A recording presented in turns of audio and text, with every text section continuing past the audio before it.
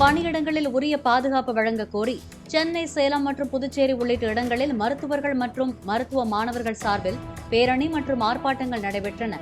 கொல்கத்தாவில் பெண் மருத்துவரின் கொலைக்கு காரணமானவர்கள் மீது உரிய நடவடிக்கை எடுக்க வேண்டும் என்றும், பணியிடங்களில் சிசிடிவி கேமராக்கள் பொருத்தி டாக்டர்களின் பாதுகாப்பை உறுதி செய்ய வேண்டும் என்றும் இதில் வலியுறுத்தப்பட்டது. சென்னை எழும்பூர் அரசு மகப்பேறு மற்றும் மகளிர் நோயியல் மருத்துவமனை வளாகத்திலும், குழந்தைகள் மருத்துவமனை வளாகத்திலும் பேரணி நடைபெற்றது. இதில் மருத்துவர்களும் மருத்துவக் கல்லூரி மாணவ மாணவிகளும் கருப்பு பேட்ஜ் அணிந்து பங்கேற்றனர்.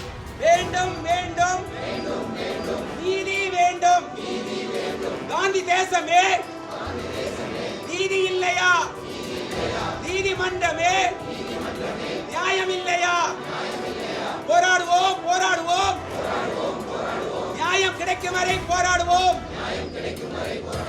சேலம் அரசு மருத்துவமனை வளாகத்தில் நடைபெற்ற அமைதி பேரணியில் அரசு மருத்துவர்கள் மற்றும் மருத்துவக் கல்லூரி மாணவர்கள் பங்கேற்றனர். கொல்கத்தாவில் பெண் மருத்துவர் கொலைக்கு காரணமானவர்கள் மீது உரிய நடவடிக்கை எடுக்க பேரணியில் வலியுறுத்தினர்.